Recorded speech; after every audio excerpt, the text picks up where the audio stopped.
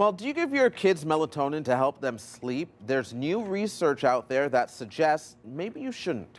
The study from the American Medical Association has found that it may be impacting your child's ability to generate melatonin naturally. Here to break it down for us is Andrew Holmes. He's a sleep expert with the Sleep Efficiency Clinic in Canada. Welcome back, Andrew. Thanks for having me. Let's go straight to the basics, the fundamentals of defining what melatonin is. We have a lot of school children that watch and we throw these big words around, but even as adults, we know what melatonin does. Some of us don't necessarily know exactly what it is. Yeah, that's a good place to start. So melatonin is known as our sleep-inducing hormone, if you will.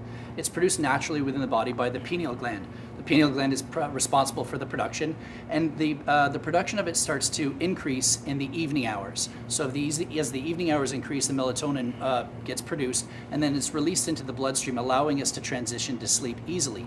So this would be kind of like the endogenous form of melatonin. The exogenous form would be the synthetics. So prescriptions, people who are taking gummies as a substitute, these people are using them as a sleep aid. And just because, you can access them doesn't mean that they're really perfect for everybody. Right. In the States, the FDA kind of considers it a dietary supplement. So there's not a lot of regulations with regards to dosages. And therefore, we're going to kind of do a bit of a dive into this to see who it's geared towards, who should maybe be using it, who shouldn't be, that sort of thing. Yeah, no, that's great because on a morning show, myself and my colleagues, we often talk about sleep habits, how you get to sleep, how we're getting to sleep early enough to ensure that we're getting enough. And I certainly know that from personal experience, I used melatonin as a sleep aid, and then it felt like it wasn't working anymore. And even if you take more, it kind of loses that effect. So do you become immune to it? Are you building up resistance to it? Yeah, well, just like anything else, if you are going to start using it, a very small dosage to be, see how it's going to interact with your body. Obviously, consulting with family physicians would be a good thing here, starting with a smaller dose and then increasing over time to see how it has an impact on your body. We should really look at the populations who would benefit from using it, for instance. Right. So before we talk about the kids, people who are shift workers, for instance, they would potentially benefit because their sleep-wake cycle isn't like ours. For instance, they would benefit from having a sleep-inducing agent to allow them to fall asleep when their body's really not able to do so. Another group would be maybe the aviation industry. Pilots who are flying in and out, airline attendants, these people are dropping into different time zones. Their sleep is really having a hard time adjusting to what society would deem as normal sleep-waking hours. So the last population, maybe, and this would be somebody who would be defined as actually having a sleep disorder. There's something called sleep-wake phase delay syndrome.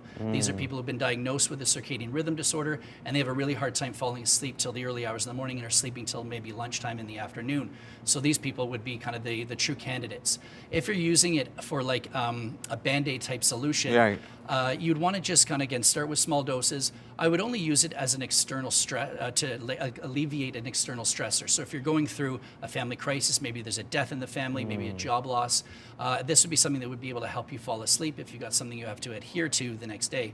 There's really no substitute for a natural night's sleep. So again, just using it as a short-term solution would probably be the main takeaway here for the adult population anyways. Okay, let's talk about the youth and child population, because some parents do use it to help their children get to bed and maybe get that rest at a certain time so that they can be up to go to school and feel like they've had enough rest to focus in the classroom. What is your recommendation to families?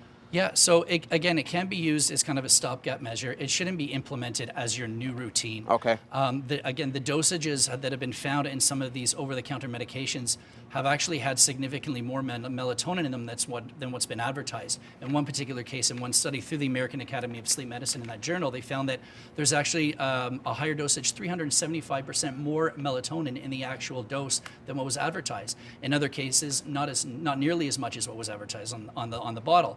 So what's happening is you're having these overdose situations where children are having to go to emergency rooms to actually be treated for it. So really paying attention, again, we're not really regulating the amount of dosage that's in that. Nobody's really keeping a close eye on it. I'm sure by doing these things in the American Academy of Sleep Medicine, exposing a spotlight, there will be some higher regulations. But at this point, there's not really also a lot of data on the long-term usage for children. Right. Because it's something that's just being introduced over maybe the last decade or so as a common practice, there's not a lot of research to show, is this having any long-term effects? What we really should be looking at, especially for the children, is really implementing solid best bedtime practices. Okay. We've thrown the word around sleep hygiene many times. Again, light enters the eye via the retina, and that's responsible for our sleep-wake cycle. So if the pineal gland is trying to produce melatonin and you've got a tablet or a screen in front of you, it's delaying that production of melatonin. So again, just implementing some good habits here, removing screen time a couple hours before bed.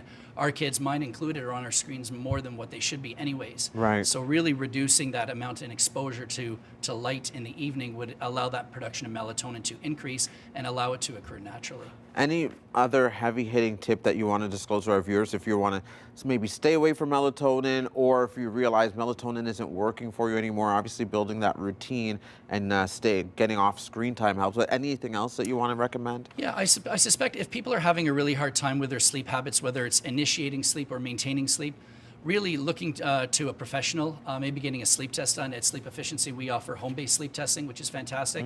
You can do this in the comfort of your own bed. So if there's something that's been plaguing you for a while, and no matter your implementation of best sleep practices, you're really not feeling that you're well rested, multiple awakenings throughout the course of the night, these type of things, it might be something more than the things that you're doing. It could be a physiological process that's happening that's keeping you up, though. So always default to maybe a home sleep test, consulting with your doctor. They have an idea of your entire medical record, and just really listening to your body's symptoms and those types of things would probably be the best way to go about it. That's great, Andrew. Thank you so much for being with us. Thanks as for having always. me, man.